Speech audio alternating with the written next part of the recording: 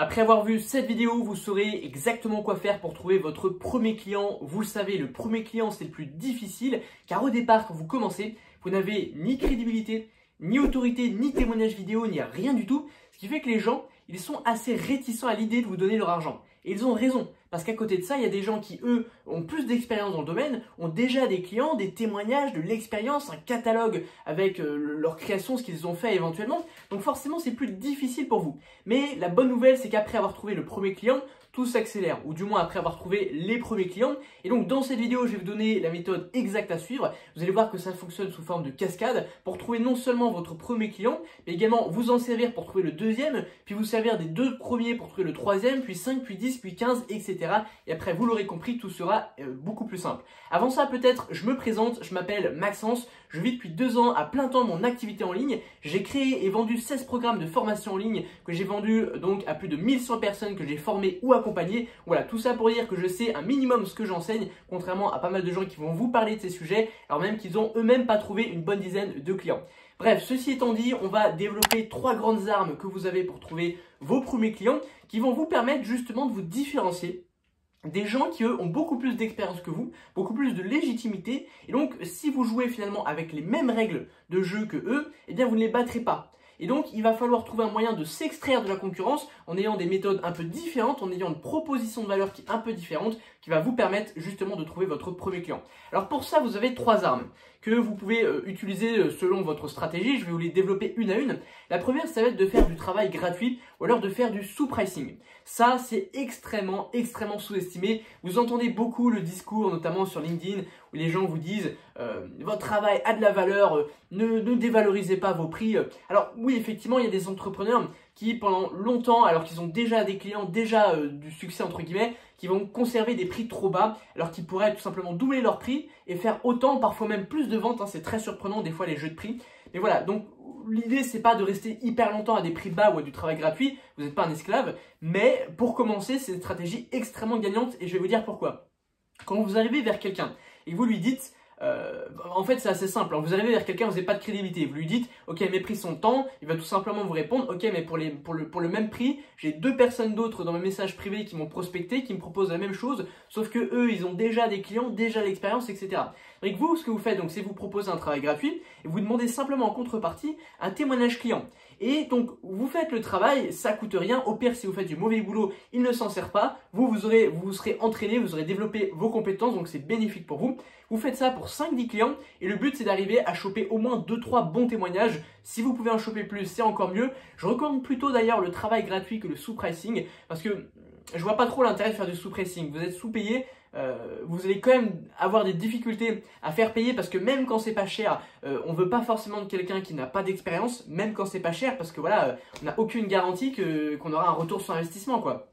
Donc mieux vaut faire du travail gratuit, c'est plus simple et vous dites clairement aux gens, même l'astuce encore plus géniale que je vous donne, c'est de ne pas proposer aux gens de travailler gratuitement pour eux. Parce que vous allez vous rendre compte que même comme ça, il y a plein de gens qui vont pas vouloir travailler avec vous. Parce que même si c'est gratuit, collaborer avec quelqu'un, ça demande du temps, de l'énergie, on peut vite perdre du temps et se retrouver donc finalement à être à perte alors même que c'était gratuit. Donc l'astuce, c'est vraiment vous arrivez, vous faites un petit quelque chose, pas besoin de passer des dizaines d'heures pour un client, mais vous trouvez un petit quelque chose. Par contre, vous le faites méga bien, vous appliquez à fond et vous le contactez, vous lui dites voilà ce que j'ai fait pour toi, tu peux t'en servir gratuitement et si tu veux, je peux continuer de t'en faire 1 ou 2 de plus gratuits. Enfin, là, vous pouvez même proposer de continuer en payant. Et s'il n'est pas encore tout à fait convaincu, vous lui dites, je peux t'en faire 1 ou 2 supplémentaires en gratuit.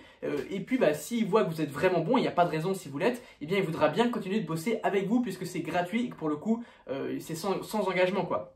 Et puis, effectivement, vous allez tomber sur des personnes qui vont profiter de votre travail, prendre 2-3 trucs. En fait, vous vous en foutez complètement. N'allez pas commencer à insulter un mec qui vous a pris du travail gratuit. Non, vous faites 20 personnes comme ça où vous travaillez généreusement pour eux gratuit sans rien attendre en retour. Sur les 20 personnes, si vous faites du bon boulot, il y en aura forcément au moins une partie qui va devenir cliente ou au moins qui va accepter de vous faire des témoignages. Et après, vous allez capitaliser sur les témoignages, sur l'expérience que vous avez acquis. Par exemple, si vous êtes mini maker, que vous faites des miniatures YouTube, et bien aussi le simple fait d'avoir fait des miniatures, ça vous montre des choses à montrer. J'ai fait telle miniature pour tel youtubeur, je fais telle miniature pour tel youtubeur. Regardez en plus, j'ai des témoignages, ils disent que je fais du bon boulot. Et là ensuite, ce sera infiniment plus simple de trouver des clients. Et après, c'est effet boule de neige, plus vous en avez, plus c'est simple.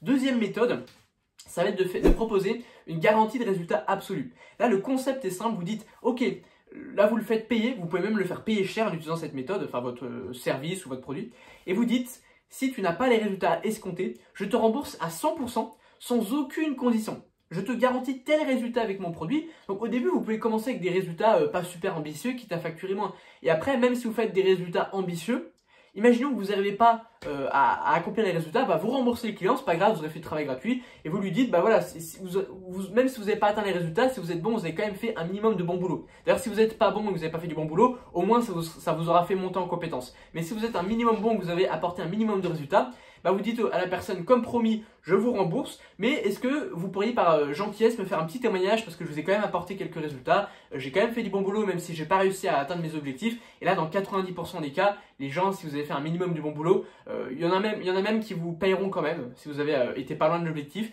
et il y en a une bonne partie qui seront tout à fait ok pour vous faire un témoignage. Et après, pareil, effet boule de neige, vous capitalisez sur vos témoignages. Troisième méthode, je la conseille vraiment pas, mais c'est en fait, mon rôle, c'est de vous dire la vérité de ce qui se fait sur le marché. Je vous donne toutes les solutions. Après, libre à vous de les faire ou pas. Moi, c'est pas une méthode qui résonne avec moi, mais vous pouvez faire du fake it until you make it. C'est très connu dans le monde américain. Autrement dit, faites semblant de l'avoir fait jusqu'à l'avoir vraiment fait. Donc là, vous allez jouer un petit peu sur le mensonge. J'ai envie de vous dire, si vous mentez un peu, mais que derrière, vous délivrez vraiment le produit, que vous êtes vraiment compétent et que vous êtes honnête, c'est-à-dire que si vous n'avez pas réussi à délivrer des résultats à la hauteur de ce qui était escompté, bah, vous remboursez le client. J'ai envie de vous dire, il n'y a pas mort d'homme.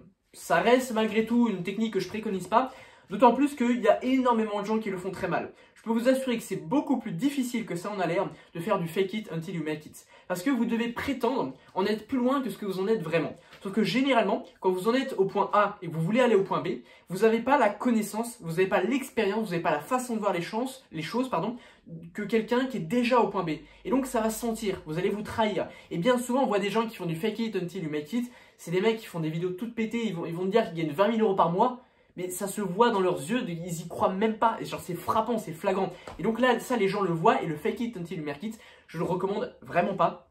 Il y a quelques personnes, souvent des gens très intelligents, et souvent en fait ça se fait quand il y a un décalage entre votre niveau de compétence et votre valeur sur le marché. C'est possible par exemple que ça faisait très longtemps que vous faisiez des vidéos YouTube pour le fun parce que vous étiez un pur passionné. Et pendant des années, vous avez fait des vidéos sur YouTube, vous êtes devenu très bon, peut-être même que vous en avez lancé sur plusieurs thématiques. Et du coup, vous avez une réelle expertise. Mais un beau jour, 10 ans après avoir fait des vidéos, vous vous dites, bah c'est peut-être une qualité que je pourrais monétiser. Donc là, vous vous lancez sur le marché et comme vous avez rien à prouver, et encore, vous avez quand même vos chaînes YouTube que vous pouvez montrer. Mais dans l'hypothèse, vous n'aurez rien à montrer, quoi, vous avez compris. Eh bien, on va vous prendre pour quelqu'un de pas compétent alors que vous l'êtes beaucoup plus. Et dans ce cas-là, ça peut être intéressant de faire du fake it until you make it parce que vous ne serez pas cramé et parce que vous serez en fait pas vraiment un fake parce qu'en vrai, vous avez vraiment un niveau de compétence que vous prétendez avoir.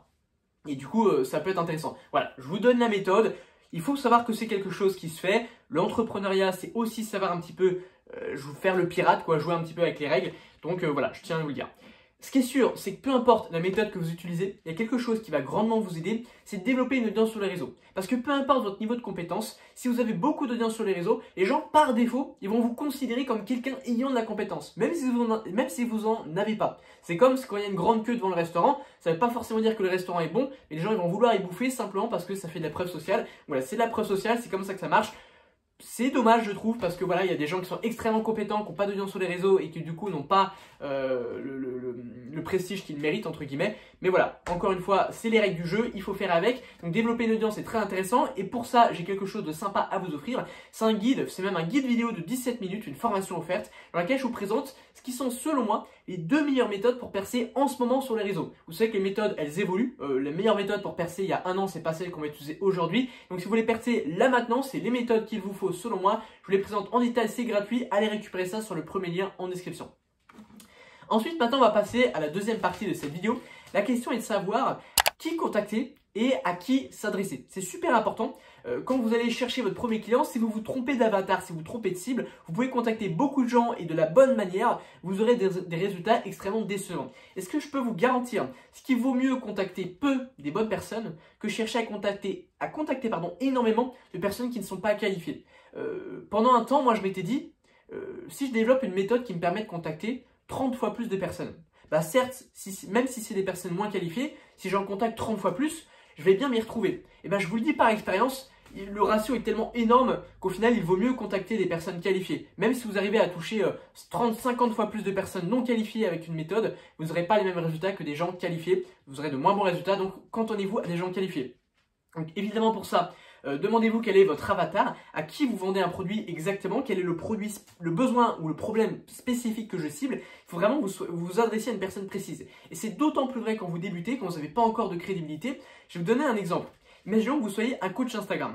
Des coachs Instagram, vous m'accorderez qu'il y en a plein. Moi-même, je suis coach Instagram. J'ai eu plusieurs centaines d'élèves rien que sur ma formation Instagram. Donc, je suis très crédible, j'ai une grosse communauté. Donc, si demain, quelqu'un se lance, en toute modestie, il a très peu de chances d'arriver à me prendre des parts de marché ou à s'imposer. Parce que face à lui, il y a moi qui ai déjà de l'audience, déjà plein de témoignages clients, déjà des centaines de clients. Donc voilà, il ne va pas réussir à passer au-dessus de tout ça, quoi. Donc, si vous vous spécifiez et qu'au lieu d'être coach Instagram, il devient coach Instagram spécialisé pour les coachs sportifs en ligne, et bien là, quelqu'un qui est coach sportif en ligne, il a une bonne raison d'aller chez lui plutôt que chez moi. Puisque moi, il va me considérer comme un coach Instagram de façon générale. Pourtant, je suis peut-être plus compétent que le monsieur, même pour du coach sportif en ligne. Mais en tout cas, il va avoir une crédibilité supplémentaire par rapport à moi dans ce domaine-là précis. Et même s'il ne touche pas tout le monde, vous connaissez le dicton « parler à tout le monde, c'est ne parler à personne ». Et donc, il sera très largement rentable à aller cibler une catégorie spécifique de personnes. C'est un petit peu le cheat code quand vous débutez. Ne cherchez pas à toucher tout le monde, prenez vraiment une catégorie précise, spécialisez-vous. Donc voilà, dressez un bon avatar, sachez exactement à qui vous vous adressez, ayez une bonne connaissance de votre avatar pour communiquer avec les bons mots, ciblez un problème très précis et ciblez une catégorie précise de personnes. Et ça, c'est les gens qu'il faut contacter. Alors maintenant, la question qui va se poser, c'est quelle méthode on va utiliser pour aller contacter les gens. Vous allez pouvoir faire de la prospection, du marketing de contenu, vous allez pouvoir faire des ads, donc la publicité payante. Alors, d'entrée de jeu, je vous dis, les ads, la publicité payante, c'est pas ce que je recommande à un débutant.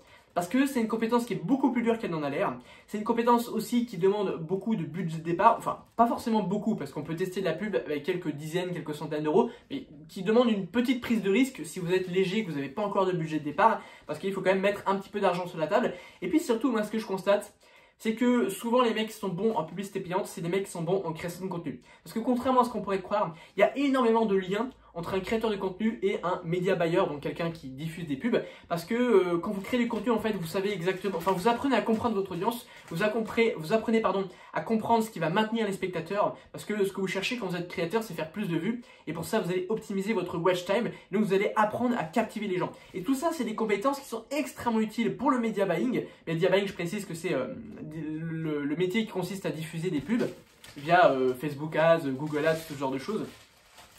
Donc voilà, tout ça pour dire que l'ADS, c'est pas impossible que vous arriviez, mais c'est vraiment pas ce que je conseille au début. Le marketing du contenu, c'est extrêmement puissant. Vous connaissez, je suis un fervent défenseur de la création de contenu.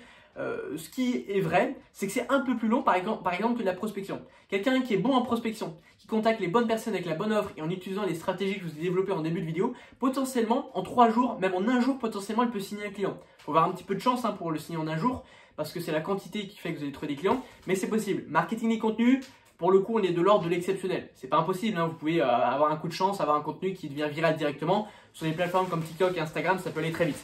Mais le marketing de contenu à long terme, c'est extrêmement puissant parce que c'est un actif qui va vous suivre de projet en projet. Je vous l'ai dit, c'est ce qui vous donne une crédibilité hors norme, indépendamment de votre niveau de compétence, etc. etc. Je ne vais pas revenir sur tous les avantages de la création de contenu, vous les connaissez.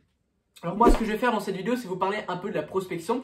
Et je vais vous donner un exemple assez concret qui fait qu'il y a pas mal de gens qui prospectent et qui n'y arrivent pas. Ils n'y arrivent pas parce qu'ils vont contacter 10 personnes, ils n'arrivent pas à faire une vente sur 10 personnes et du coup ils se disent que la prospection ne marche pas. Sauf que de base, il aurait fallu d'entrée de jeu au moins savoir quelle est la moyenne sur le marché en termes de conversion. Par exemple, sur votre marché, imaginons que ce soit 1% de taux de conversion, ce qui veut dire que si vous prospectez 100 personnes, en moyenne, si vous avez le niveau moyen du marché, admettons, eh bien vous allez avoir un client. Et donc il y a plein de gens qui contactent 20 personnes et qui se disent j'ai pas trouvé de client, alors j'ai quand même contacté 20 personnes, ça peut paraître beaucoup, et du coup ils se découragent et ils abandonnent. Alors qu'en vrai, 20 personnes, si le taux de conversion de base est de 1%, statistiquement, vous aviez une chance sur 5 de convertir. Donc finalement, il n'y a rien d'étonnant à ne pas avoir converti quelqu'un en ayant envoyé 20 messages. Et si vous l'aviez su avant, vous auriez adapté votre mindset, entre guillemets, votre façon de voir les choses. Et peut-être que vous n'auriez pas envoyé 20, mais 300, Et là, 300, vous auriez très probablement trouvé 3 clients. Bon, c'est moyen, hein, ça aurait peut-être été 2, ça aurait peut-être été 5, mais vous auriez trouvé des clients. Et du coup, voilà, ayez bien ça en tête, gardez une stat globale du marché, considérez également qu'au début, vous avez peu d'expérience, donc vous serez peut-être en dessous des stats moyennes, et après, c'est la quantité qui fait. Souvent, il y a plein de gens qui abandonnent trop vite, et s'ils avaient simplement fait plus, envoyé plus de messages, augmenter le volume, la quantité, eh bien, ils auraient eu de bien meilleurs résultats. Et donc, voilà, moi, je vous conseille de contacter au moins 20 personnes par jour et de le faire au moins pendant un mois. Comme ça, vous avez fait 20 x 30, 600 messages. Et là, vous voyez, si vous avez 1 ou 2 clients, c'est que pas forcément très très mauvais, hein, parce que c'est que le début et vous pouvez vous améliorer en prospection. Si vous avez que 1 ou 0 clients, c'est probablement que vous faites mal les choses. Et si vous en avez 3, 4, 5 ou plus, c'est vous êtes en très bonne voie, continuez quoi. Parce que derrière, voilà, si vous faites 5 clients et que vous vendez un accompagnement à 2000 balles, vous faites déjà 10 000 balles dans le mois. Et vous avez envoyé 600 messages, 20 messages par jour, c'est une demi-heure par jour, quoi. Après, il faut entretenir un petit peu les conversations. Autre conseil que je peux vous donner sur la prospection, il faut que... en fait, la prospection très agressive, comme on pouvait en faire il y a quelques années, ne marche plus aujourd'hui. Parce que les gens, ils ont terriblement l'habitude d'être prospectés, ça devient insupportable. Moi, vous savez que j'ai 97 000 abonnés sur Instagram, donc évidemment, chaque jour, je reçois une vingtaine de messages de prospection. Je les vois venir à 10 km, ils sont pas subtils, ils s'y prennent très très mal.